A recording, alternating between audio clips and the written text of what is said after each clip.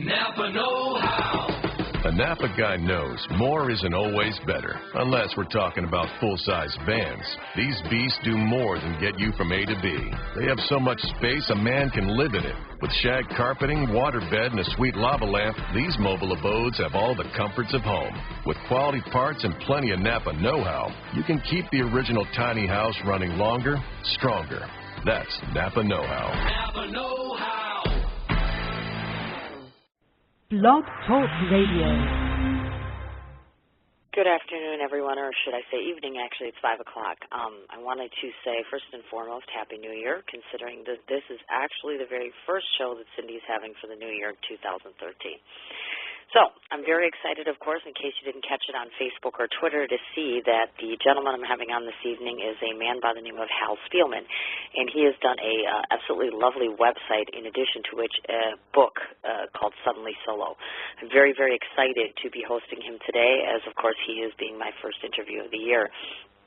I just wanted to take a quick second to let everybody know, and this is tentative, of course. I'm working on this right now as I had a cancellation for tomorrow night's show, and so I'm currently working on getting Aviva Drescher of the Real Housewives of New York to try to be convinced to fit in an hour-long slot to come in on our show tomorrow. So hopefully cross your fingers overnight that indeed, yes, she will be one of our guests for tomorrow's show.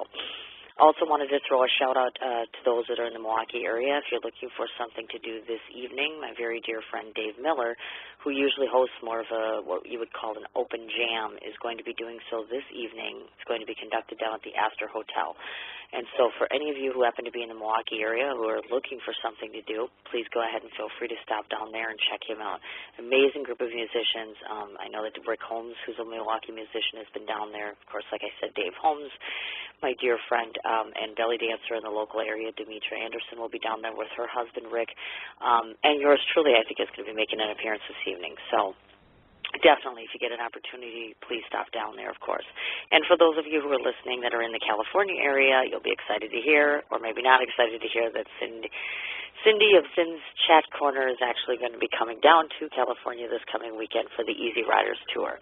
I'm actually going to be coming down there for the duration of the weekend, an opportunity to meet a friend of mine, obviously, who's been on our show before, Ted Alva, who is one of the castmates of Sons of Anarchy, and, of course, how much more exciting can it be knowing full well that I'm going to be meeting, or hopefully meeting, depending on the line, Charlie Hunnam, who, of course, plays Jax Teller on the show Sons of Anarchy. And additionally, in case any of you were not aware, over the break, of course, through Christmas, we had a wonderful development occur. Sam Crow, who is a friend of mine on Facebook, actually approached me about becoming administrator for Sam Crow Radio. And, of course, we will get you more details to follow after our interview with Hal, because I see he's now on the line. So here we go. Good evening, Hal. Hi, Cindy. How are you today? Oh, my goodness. I was just talking about the new year and how excited I was that Hal's my absolute first guest for 2013. So I'm very, very excited. I am. I'm very excited to find out about you. I have done my research. I have tons of questions for you. All right. Let's see if I can answer some. Okay, wonderful, absolutely wonderful. And by the way, before I started, I wanted to just send out a perfect shout-out to Dana Humphrey. Thank you so much for organizing this interview. She's just absolutely lovely lady, and I'm so very glad that she approached me about having you come on. First of all, the most generic question, just how was your holiday season and New Year's this year? Oh, wonderful. I had my family in from different parts of the country, and they all bunked in. There were 8 of us. Wow. I think we had people sleeping in almost every room in the house, and it was a lot of fun. Oh, wonderful. That's terrific. Now, are you like everybody else in that we all have a New Year's resolution, of course? Did you deduce anything that you wanted to do this year? Actually, I didn't make any resolutions this year. Really? Yes, because I've just been so involved in what is going on with the book and the website that that if I had a resolution, it would just be maybe slow down a little bit, but I won't do that. So I didn't bother to make the resolution at all. I gotcha. And in case all of you didn't know, Hal is 35 years old, so he's just a young lad here. Oh, that's a long time ago. I was just going to say, and you look very good for your age. So those of you who haven't gone out to the website, which we will talk about later, obviously, the Suddenly Solo website, there is a picture of Hal on there. So I get an opportunity to check out this chap that I'm talking to, rather. And you're a very distinguished gentleman, very distinguished distinguished-looking gentleman. I can't talk today. Now, before we start our conversation pertaining to your career, I wanted to kind of step back a little bit, maybe delve into your history. I understand that you're a widower with 3 sons, and I wanted to maybe ask you if you could share with us how you first met your wife, and also maybe ask if her passing on was a factor into your decision to start the book and the website. Yes, this was a second marriage for me, and a very, very happy one. I met my wife through the woman who was my office manager, and she was a close friend, and we had met passingly in some other occasion, but we met at a party that my office manager had thrown for some friends, and we started dating, and things just kind of clicked, even though there was a big age difference between us. But she was a very active and in some ways relatively well known. If you knew an ad agency called Wells, Rich and Green, she was Mary Wells' speechwriter, as well as an active futurist, and she would be quoted in newspapers and in the economic journals. The Financial Times quoted her a number of times in terms of her writing. So she was a very, very interesting woman. And she passed away 5 years ago. And when that happened, I retired from my company shortly after that. And when I found that there was so little available in the way of information for mature men who were widowed or divorced, that led me into pursuing research about what are people doing when they are in that situation. And that led to the whole suddenly solo activity. I applied the research technology that I had spent my life working on, and my professional career is in marketing and advertising and communications research. I founded my own company back in 1968, which is still in existence, though I'm not active in it. And they operate with rather unique techniques in 53 countries. So it was a successful venture, but I took the techniques we were using for some of the largest corporations in the world, and I applied it to trying to understand how people that become solo, mature people, how they operate, how they handle the new situation for them. It becomes particularly interesting when you realize that many of these people had not been single for 40 years or 30, 40 years. When they married, when they got out of school, generally to someone they met in school, in college or high school, and then followed a pretty standard course of marrying, having children, having them grow up, and now once more they are single. But the environment is different, and the world is different out there. So of course, definitely. And that's what led me into this whole activity. And it's been very exciting and a great deal. And I've learned a lot. Oh, I imagine so, and just kind of taken aback by that statement that you made. It's just amazing to me to think about an individual who's been married for 30 or 40 years and then finding themselves suddenly single. What kind of a shock that must be to someone, and an adjustment as it relates to one of the interesting facts that we came up with is that 24% of men, mature men, are happy in their marriage, and all of a sudden their wife approaches them and says, I want a divorce. And the baby boomers, enormously high divorce rate, and they're people in their late 50s and 60s, and they're getting divorced. And the grounds are not necessarily just an incompatibility. It may be that so frequently now a woman has her own independence, her own income, and she decides she wants, the term we hear is more space.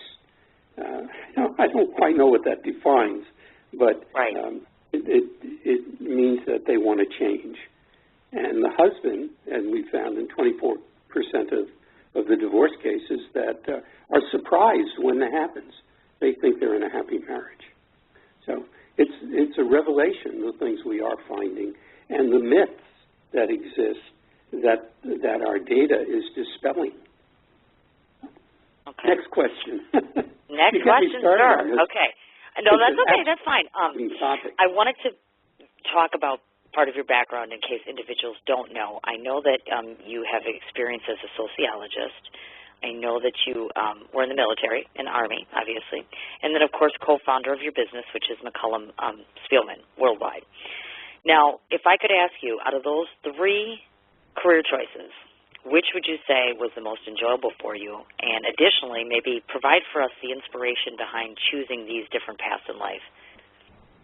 Well, the sociology part was my majors at college. And, of course, that was a long, long time ago. But the business experience has been fascinating because that's where you really meet people. And I think the kind of work that you do and the people that you meet help to formulate your personality and your growth and interests. So I would say clearly my business experience has been the most exciting, the most interesting, and many times the most anxious, but also the most fun. Oh, see, now that surprises me. I would have pegged you and said, you know, the Army was this great experience because I've heard from other individuals how their military experiences were just pleasurable to them to some extent, just because of the purpose of the occupation, obviously. I would not call my military experience pleasant. It was not, I have to confess, I did not suffer. I was very fortunate. I got to be a corporal. But for many people, it was a very difficult experience. It was not a difficult experience for me, but it was certainly an educational experience. I was only 18, and I was just over 20 when I got out and went back to college. So it was not the kind of military experience that some men are confronted with, where they spend 4 and 5 years and were under extreme duress. I had occasions like that, but not really very. I was very lucky in my military experience, but it was really the growth experience. And at 18, certainly, it's a growth experience. 18 to 20, the real growth experience was in my business activity and the people I met. You meet some wonderful people, and you meet some not so wonderful people. So building and growing a business that's starting from scratch of having just 3 people involved, and then building a company. We had 75 people in our main office. We had people working for us all over the country, and then eventually all over the world. That's exciting. That is exciting and amazing. Well, others do it too, but it was great. I really enjoyed it, and I find building the Suddenly Solo activity, which is not really a business in the true money making sense, since we don't make any money at all. Correct. But it's been fascinating doing this. The investments have been my own, but I see it as a fun activity. I've just really enjoyed doing the things we're doing. Wonderful. And you have so much zeal for it and so much passion for it, which you exude as I'm listening to you talk about this. And I'm curious to ask you, what was your children's reaction when you decided to embark upon the Suddenly Solo project? What were their thoughts on that? Oh, they thought it was great. Really? Because, absolutely. They just recognized that it was a way of keeping me busy. I didn't ask them about doing it. I just went ahead and started doing it. Sure. And then as I talked to them, and my kids are all professionals of one kind or another, and they just thought it would be a fascinating topic. So as soon as I started discussing it with them, they immediately said, "Wow, that's really terrific." And my youngest son, who just turned 30 a few days ago, he's a graduate student, and his field is sociology, anthropology, and communications. So this was right. I was surprised when he went into that because it paralleled my own education so nicely. But they've been enthusiastic and very, very supportive. And are they actual participants, meaning as it relates to the website, or did they have any sort of integral involvement in any of this? No, they did not. Okay. Okay. I've had discussions with them, particularly with my youngest son, but my number two son is a neuropsych doctor, and sometimes he has had some suggestions, as has his wife, my daughter-in-law, who is a clinical psychologist, and just the whole aspect of dealing with behavior and how people perceive and understand and behave are certainly areas they're interested in, but they've not been participants other than in a very passing way where I might talk about some specific issue or a topic with them. Gotcha. Okay, perfectly understandable. Now, I wanted to mention to the audience, obviously, that you have earned many recognitions throughout your life and throughout your career, of course. I understand that you served as president for 8 years of the Optometric Center of New York, and yes. that brought about, as I understand it, the reward of the Ben Franklin Medal. And I thought maybe I could ask you to explain to our audience how you earned this honor and what actually the Ben Franklin Medal stands for, to those of us who don't know what it is for. Well, maybe I should really talk about the Optometric Center. It's the largest eye care facility in the country. We have over 70,000 patients a year come through that facility, and it's part of SUNY, of the State University of New York. It's the clinical arm of the College of Optometrics and Vision Science. And my involvement with them goes back now about 25 years. And it is an absolutely fascinating place. If you are in New York, if you're in Manhattan, and walk along 42nd Street, you'll see that we have an 18-story building there for education and eye care and eye treatment. My involvement with them has been to help them grow the facility, help them grow the college, and the consequence of that was that at some point the Board of Regents presented me with that Ben Franklin Award. It's an absolutely fascinating place because you can spend a whole day there and never see anybody getting fitted with a pair of glasses because they have a head trauma unit, an infant child observation and diagnostic unit. They are a leading center for low vision experience, fitting, and experimentation. It's a key place for the development and in improving the whole issue of eye care for people of all ages, and frequently there are people coming from all over the world to visit this facility because it is a unique place with the ability to treat all kinds of eye and vision problems. Oh, that's amazing. It's been absolutely fascinating being involved with it. Kudos now, to you. Where are you headquartered right now? I'm curious. Me, myself? I'm located in Milwaukee, Wisconsin. I'm a Midwestern girl. I'm living in the land of snow and cold right now. But I anticipate coming to New York, of course, because I have very dear friends, actually, most of which from the show who I've interviewed, who I know. Actually, so I was going to plan a visit there. I'm actually going to California this weekend for another venture to meet some more clients. So I too, tend to travel and get around. So my hope is to get to New York because there's a bunch of people that have been on my show that are nagging me senseless about coming to visit. And so I have like all these pit stops that I have to make. So this would be kind of an interesting project for me to kind of come and check out the center. I think that would be really neat. Or to any individual. We hope you will alert me to that because I'd be I definitely would. Yeah, that would be great. I definitely would. That would be. Now I want to toot your horn for a moment here to those of us who don't know this. Your resume truly is just nothing, in my opinion, short of amazing and admirable. So prepare yourself to those that are listening for this plethora of acknowledgments I'm going to read off here. I know that you had served on New York State Governor's Commission on Graduate School Education. I know that you've been the president of Market Research Council and the Copy Research Council. I know that you have chaired conferences for both the AMA and the ARF. You were a research advisor to the Ad Council, elected to Market Research Hall of Fame, and, of course, the speaker at the Association of National Advisors, American Marketing Association, and Advertising Research Foundation. Whew, that's a lot to say.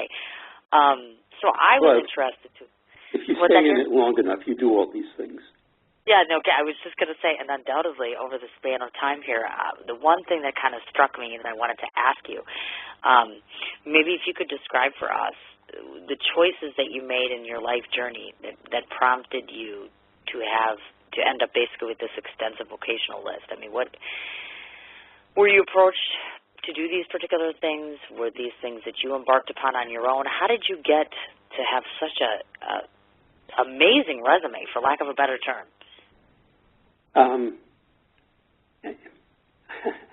In some ways, some of this just happens. If you are active in your industry, and I was, some of these things just kind of fall into place. But I guess I've always had a high interest in communication, and to me, this you might say education, communication, and this means passing information, what you've learned, on to other people. And so many of those activities are exactly that. You've learned things, you pass them on to the next group of people, they grow with that and carry the whole activity, whatever it happens to be, whether it's in research or in the optometric center activities, you carry that forward. I'm involved in our local library. Well, why a library? Well, it happens to be a wonderful place. It's one of only 50 out of 7,000 public libraries that is a five-star library. It's a center of learning. It's a center of people meeting. It's a center of education. And that, to me, is kind of reflects what have been my interests, I guess, all through my life. And some of the other things you've mentioned are essentially derivatives of that kind of learning, understanding my learning, then being able to pass on information to other people in the form of conferences or meetings or presentations or just being part of the library, for example. Right, certainly. And what's nice is that you have taken that vast amount of experience that you've gained and gone from place to place to place and been able to take part in so many different ventures and so many different places, and whereby, behooving us with all of your wisdom. I guess that's the best way I can put it. I never thought of it as, I think that's the first time anybody threw that word at me. But very true, though, actually, because with age comes experience, comes maturity, comes wisdom, comes the benefit of being able to pass along to other individuals things that you have learned and gained through this life journey. And so, of course, I have a tremendous amount of respect for people like yourself because you are able to offer that and give it so willingly and freely. So kudos to you. I'm just raving about you some more. Don't worry, I'll keep doing it. You realize this means I'm not going to be able to put any of my hats on my head. I think you'll manage just fine, thank you. You've been interviewed before, and I'm sure people say lovely things about you all the time. Thank you. You're welcome. Now, I, again, wanted to let everybody know, in case you don't, obviously, Hal, along with the assistance of his partner, created the website, obviously, called Suddenly Solo. Now, this particular site, I'm sorry? It's suddenlysolo.org. That's a major difference because it is an organization solo rather than a dot. Yeah. Thank you. Okay. I wanted to preface that your particular website is created in order to provide a positive sense of renewal and offer advice on how to move forward for obviously mature widowed or divorced men. I want to ask, at what point in your life did you make the decision to formulate the existence of this project? I guess it really came into place about probably about 2 years ago. I had started doing the research, and then as I did the research, it it kind of came together under this concept of suddenly solo, because the people I was interviewing, and we've done 7 different studies. We've interviewed over 1,000 men and over 600 women. Wow. And it reflected itself in this status of being solo, of being, and in many cases, suddenly solo. And that idea was the crystallizing idea and the concept that we built around. Our intent originally was just to write a book, which will be on Amazon next week, actually. Right. But as we went further into it, and recognizing the new media, we said, well, we need a website as well. And we turned to some professionals who have helped us, who have helped us build the website and help us maintain it. We kid around all the time saying, boy, it's not easy feeding this beast, because it's a very dynamic website. It just constant new information, and it is an information site. It's not written in a heavy-handed way. It continues our whole feeling of being light-handed, being humorous if we can. We write, for example, movie reviews, and we usually end up saying, well, this is a good movie to take a date to, but take one who is open-minded, things like that. We don't try to be totally serious. Though the topics are serious, the way we deal with them is not meant to be serious. I understand. And now the website is very dynamic. If you looked at it and you see we have videos of people talking about their life experiences, both men and women, interestingly. That was one of our surprises. Though we oriented to men, we find that women are coming on the website, and we're getting asked Hal questions from women as well as men. And that's one of the areas, one of the topics. Gotcha. I wanted to also ask additionally to that, do you feel that how has this project changed your life from a personal standpoint? Has it changed your life at all? Oh, absolutely.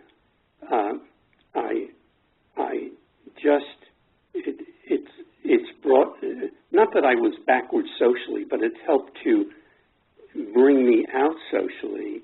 It also, the topic is one that as soon as you put it on the table at a dinner party, everybody has something to say about it.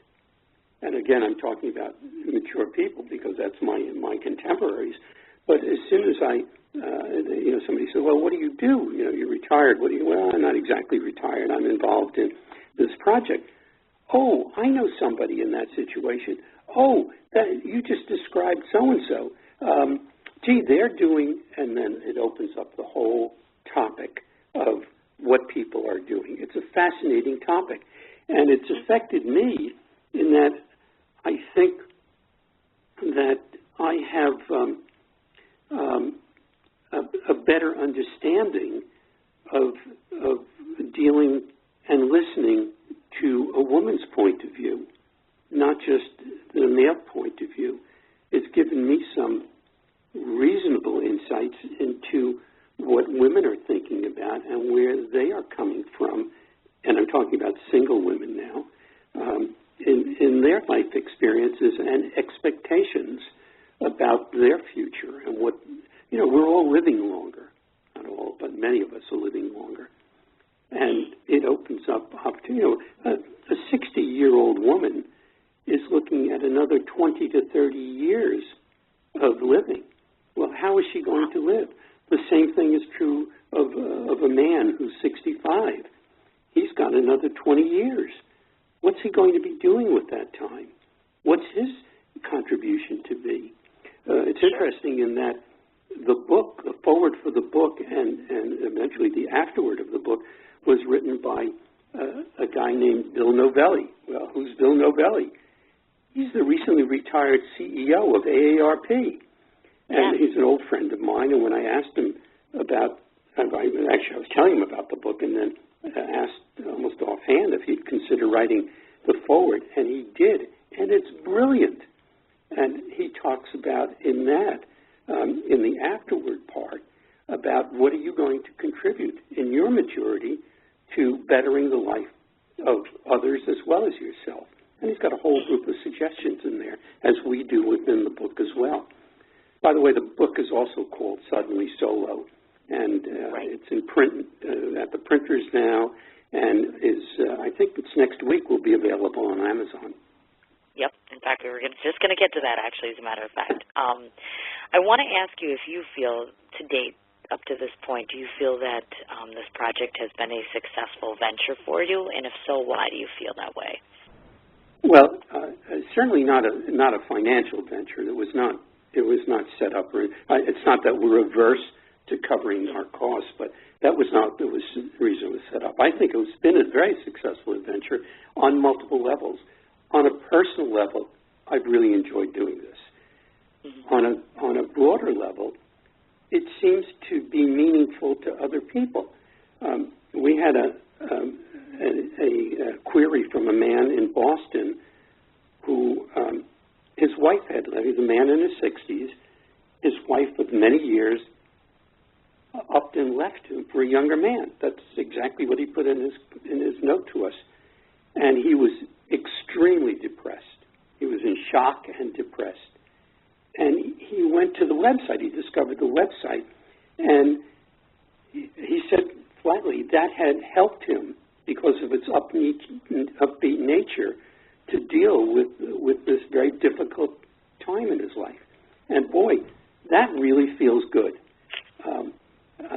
I've had a similar comment made by in this case, a rabbi who deals with bereavement groups, and he's talked to them about it, and he's gotten very positive feedback from some of the people that went to the website, and it just eased their difficulty in dealing with their personal situation.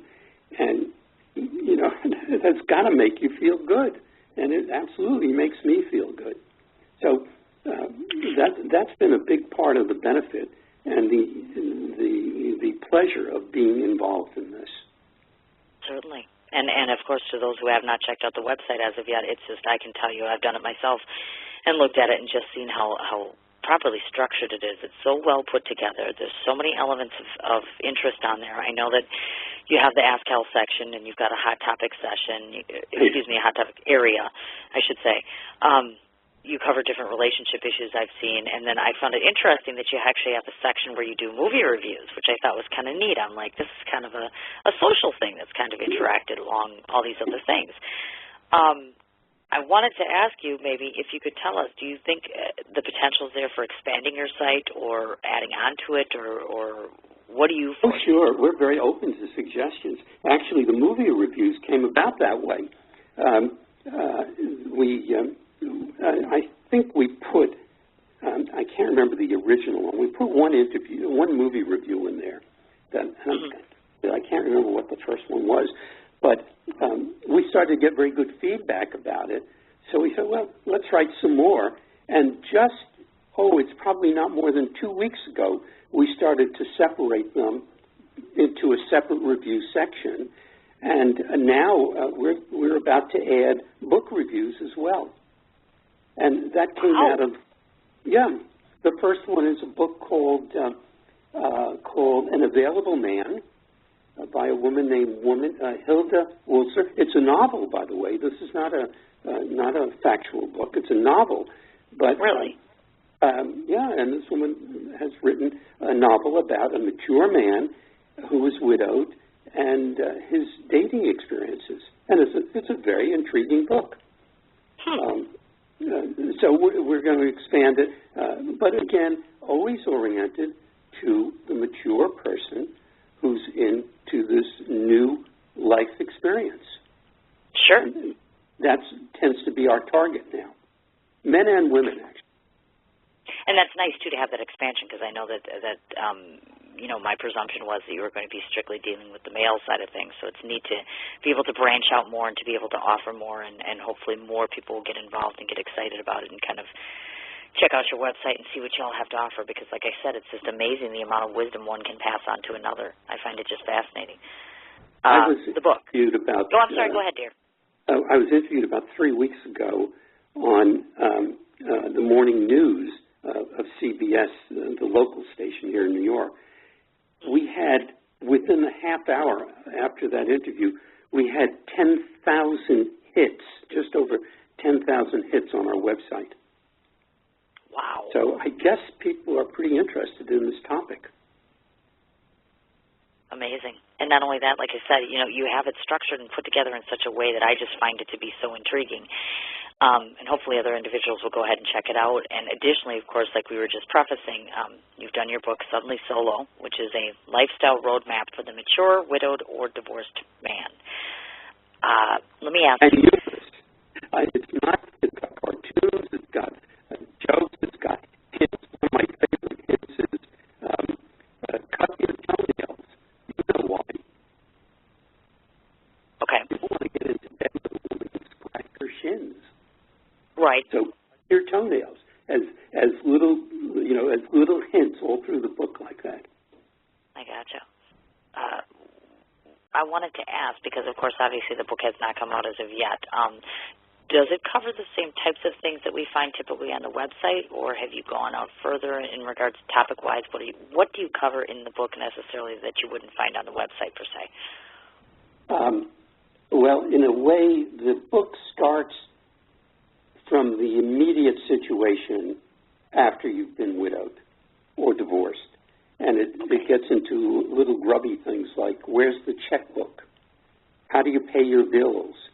Where do you get your laundry done? I had a man in an interview say to me, his wife passed away over a weekend. From a Friday to Sunday, she was gone.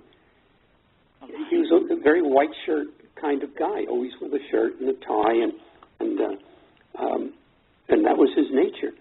He didn't know where to get his shirts done because all he knew is he took off his shirts, threw them into the laundry, and he went to his drawer, and there were no more white shirts there.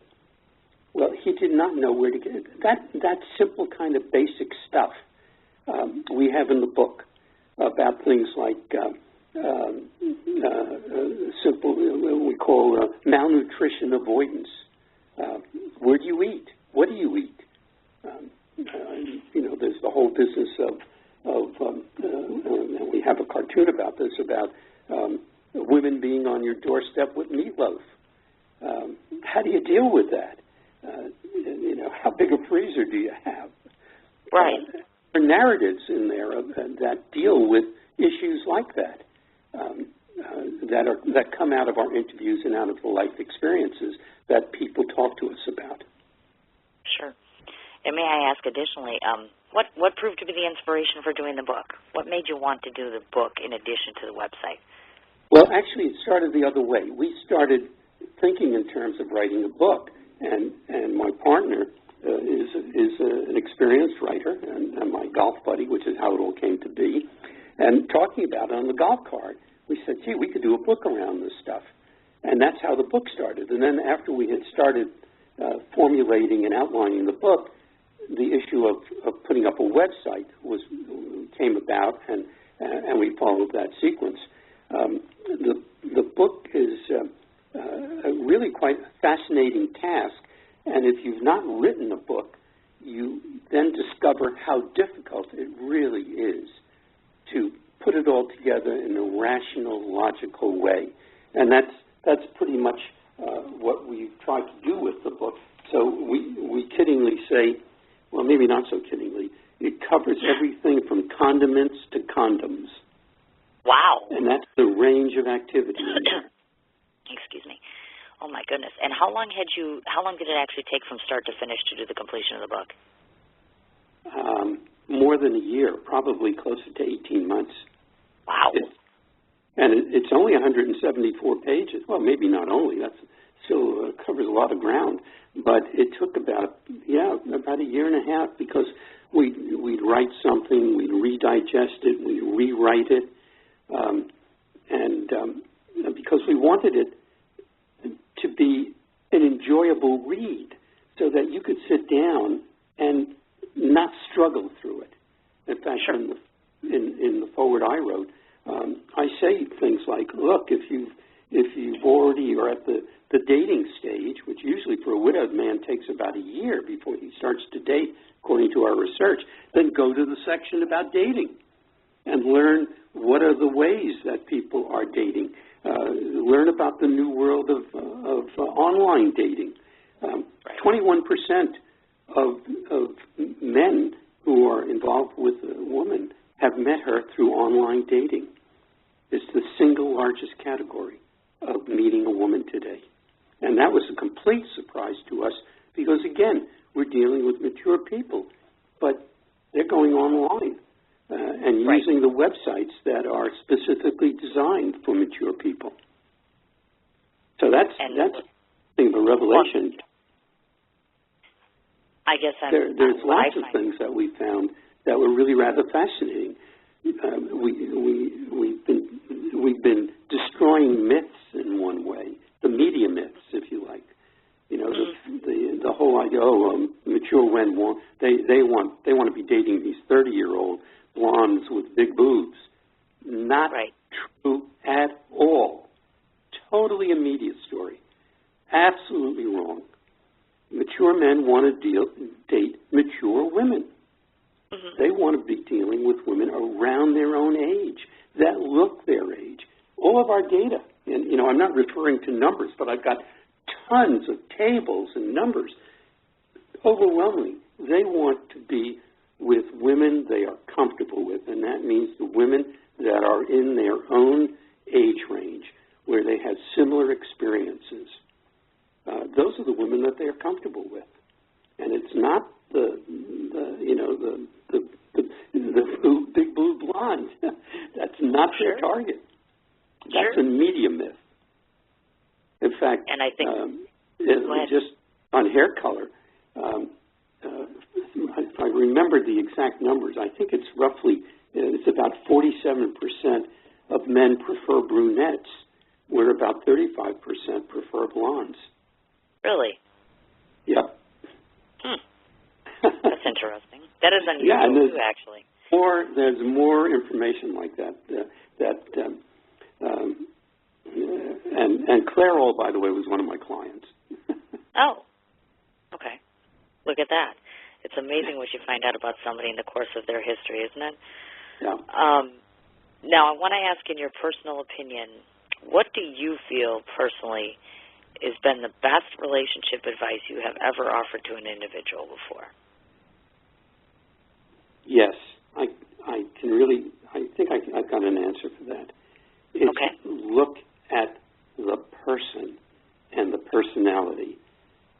Don't be misled because a woman may be a little rounder than or have a few wrinkles. I mean, those are the signs of the life they've led. They're the badges that people develop over their life. It's reflective of their own life experiences. So think of the person, of the personality. And somewhere in the book we say something about joining a health club, and recognize that at the health club, everything hangs out. Someone enlarged stomach is going to pop out. Well, you can't be walking around sucking it in. And the same is true of a woman. That woman with not a 24, 36 figure can be a really lovely person that you'll enjoy being with. Think in those terms rather than in the superficial terms of purely the physical appearance. Gotcha. I think that's really a key thing that we try to stress throughout the book. The person, the personality, that's more important than anything else that you'll deal with. Of course. And not only that, it has longevity to it, which I've always said to people myself. The looks go, the figure goes. Things at a certain point in time, age catches up with us. Yeah, that's absolutely true for men and women. Oh, of course, definitely, although you mature much better than we do. I think that's a fact. I think men just mature better than women do. Yeah. They do. But I do think that the fundamental, I think the fundamental principle stays whether you're younger, whether you're older. You have to like that person as much as you love that person. Otherwise, I think, longevity is just not going to happen. You know? We talk about liking as a very key element in our book, and we even scale it in degrees of liking. And sex is not the end objective. Absolutely not the important, very important, but that's not the objective. The end objective is being with the person that you like and she likes you. That's the relationship. That's what's going to stick with you. Definitely. I would agree 100%. You're absolutely right. You don't happen to give relationship advice to younger people, do you? Because I just had a situation yesterday. I guess there are things we've learned that apply to younger people as well, but that's not been our focus, and we really are focused on the mature person because there's very little information out there for them. That's, again, what started me when I went online after my wife passed away. There are dozens and dozens, maybe hundreds of books for women. There's virtually nothing for men. And that's the gap we've tried to fill. Gotcha. Get and you're doing it successfully. Men. And now we find that so much of the information and the findings are meaningful to women as well. Certainly. I would agree. Do you find that the suddenly solos in society, do you find them to be a forgotten demographic, do you think? Yes. The men are. The men are because they don't have the support structures that women do. Women talk. They meet. They have their coffee clutches. Men don't, and men don't really talk seriously about their feelings to other men. It just doesn't. It's just not in our nature, and they lack this structure. And they, when they're widowed or immediately after they're widowed or divorced, people will extend a hand, but then that fades after 3 or 4 months or so, and then they are left alone. They're off there floating around. They need help. They turn to support. We recommend that they turn to bereavement groups or support groups or the things that go on at the local community houses where they have groups, or simply join other kinds of activities. Get your ass out there is what we say. Get out there. And we're social beings, but men don't always know how to do this. And they are overlooked in our population.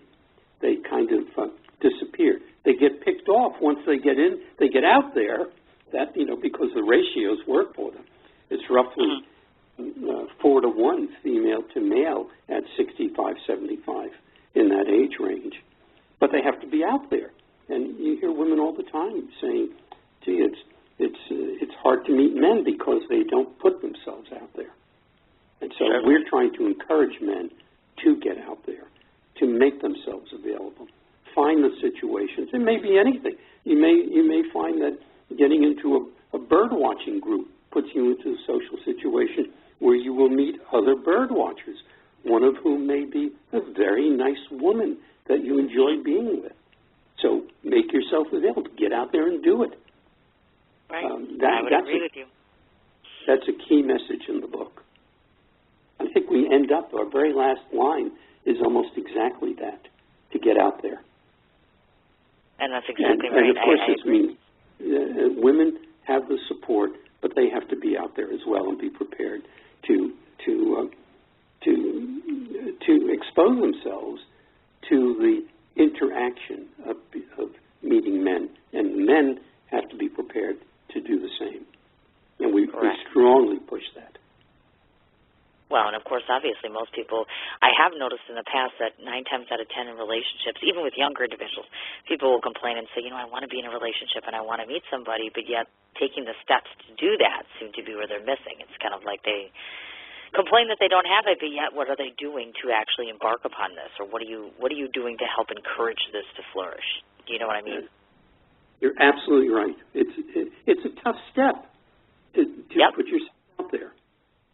Definitely. But that's the only way it happens. Rejection. Exactly. I agree with you 100%. Again, wise beyond his years, I have to say. my last question for you, Hal. 5 years down the road, where do you see yourself? What's going to flourish? What are your personal and professional goals for the next 5 years? Oh, that's a tough one, especially at my age. But it is a really good question. It's a really good question. I would hope that the book is out there and is successful, that we are then able to follow up with another book or two, partly devoted to women's experiences, because the book is filled with relationship experiences, real experiences, and perhaps have a second website that would be a support website for women. We're not a dating site. Understand that. That's not our area. We're not a dating site. What we are is a place where people can get information that will help them, particularly if they, in one aspect, if they do decide to go online to date or to put themselves out there dating. What's the new culture like for men and women? And to give them that understanding so they can deal with the new experiences that the new culture represents. And we have a whole theory that mature people today are behaving and operating more like the 20, 30-year-olds of today. So I want to look at that really in a more structured fashion. I may really try to do an academic paper on it as well. So that's one of the kinds of things that's floating around in my head right now as part of my objectives for the next 5 years. And hopefully over that time, I too will meet a woman that I will be comfortable with and have a long-term relationship with. Look at that. You took it right out of my mouth, because I was going to ask if the relationship guru actually had someone in his life, but now that answers the question, obviously. I have, and then that there have been issues and separations. So, things are in flux. So when will you be in New York, Cindy? Good question, actually. I'm thinking about it. I know that it won't be in January because I'm doing California. I want to shoot for, in February I have to take a trip to Vegas. We're probably looking at March. We're into March already. My time is pretty sparse. I am a mom. I mean, I have a radio show. I am doing a documentary right now. I'm doing a second radio show now. And I have children. No significant others, so at least that's the part that's missing. But I have all this other stuff, so it's probably going to have to wait a couple months. Well, I'm planning to be here waiting for you. Oh, that would be absolutely lovely. And before I forget, I wanted to mention this to everybody that's listening. I want to give the Twitter handle out because Hal is on Twitter, which is the @ suddenly solo Hal, which is all together. I know that you're on Facebook. You can go ahead and like the page Suddenly Solo. I also know that if you go to the particular website that they have, that you can also be accessed by YouTube. Is that correct? I want to make sure of that. The videos are. I wasn't quite sure what you had there. Yeah, there are probably about 8 or 10 that are experience videos, and there's one that I did that explains what we are all about and what we're trying to do with the website, and that you can see on the suddenlysolo.org. Yes, I was just going to preface that, the website. Mm-hmm. And of course, the book is at the printer as we speak. I expect to see hard copies within 2 weeks, and it should be available on Amazon next week. Okay. Is it going to be anywhere else, meaning locally in terms of New York, or is it just going to be purchased strictly through Amazon.com? Well, at the moment, we see it primarily as Amazon.com, but you can also order it. I'm pretty sure they've set it up that you can order hard copies through either Amazon or directly on our website. I think the technical people may have set it up that way. Gee, I ought to find out. It would be a good piece of information for me to know. It would, actually, and then you can let me know, and then I can post it up, because after this interview completes, when I go onto Facebook and my other pages, I'll be listing all your information again so people can go back and take a look. And for any individual who has not heard the interview live tonight can always go back and listen to it as an archived episode, so they have access to be able to still listen to you and to hear your interview. Again, I wanted to say thank you to Dana Humphrey, of course, for arranging this lovely interview. Hal, I'm just speechless because I have to say that you've been a perfect first guest. I've learned a lot. I think you're wise beyond your years, and I feel very graced and very lucky that you're on my show today. I appreciate it very much. Cindy, I've really enjoyed this, and you've taken me into thinking about issues I had not been thinking about. This is good. Yeah, this absolutely. Is good, definitely. This is a very good. You wait for me. Wait for me to come to New York, and I will come and I will knock on your door. We can have a lovely dinner together. I think that would be absolutely Looking forward to it. All right, dear. You have yourself a nice New Year. Thank you, and you too. Keep All right, well. dear. Take care. Okay. Bye. That was my exclusive interview with Hal Spielman. Just wanted to reiterate one more time.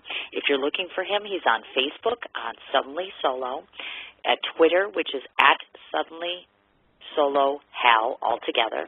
And, of course, if you go and look on YouTube, you'll be able to go ahead and check out some of the work that they've done.